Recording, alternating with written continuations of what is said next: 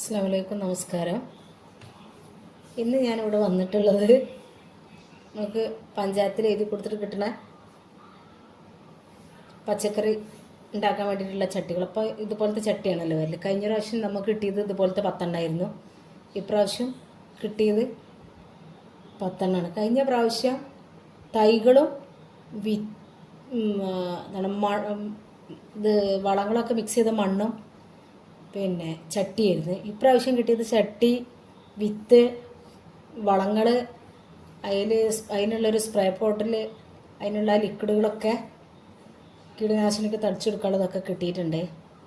അപ്പോൾ നല്ല കളർഫുൾ ചട്ടികളാണ്. കഴിഞ്ഞ പ്രാവശ്യം റോസും ഗ്രേ കളറും ആയിരുന്നു കഴിഞ്ഞ പ്രാവശ്യം കിട്ടിയത്.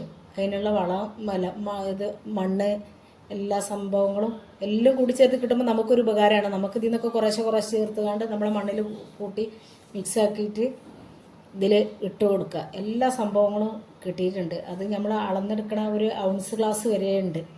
ഈ മരുന്ന് ഇത്ര മില്ലി ഒഴിച്ച് കൊടുത്തിട്ട് എന്നുള്ള ഇത്.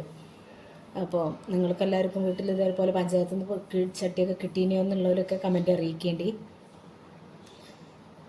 പിന്നെ കിട്ടിയിട്ടുണ്ടെങ്കിൽ എങ്ങനത്തെ ചട്ടിയാണോ കിട്ടിയത്? ഇതൊരു ഫൈബർ മോഡൽ, ഒരു കുഴപ്പം, ഒരു പൊട്ടലോ വിള്ളലോ അങ്ങനത്തെ സംഭവങ്ങളൊന്നുമില്ല. കഴിഞ്ഞ പ്രാവശ്യം എനിക്ക് കിട്ടിയത് 10 ചട്ടി കിട്ടിയത് നല്ല ഉഷാറ് ചട്ടിയായിരുന്നു. അപ്പോൾ ഇനി ഇതിൽ ഞാൻ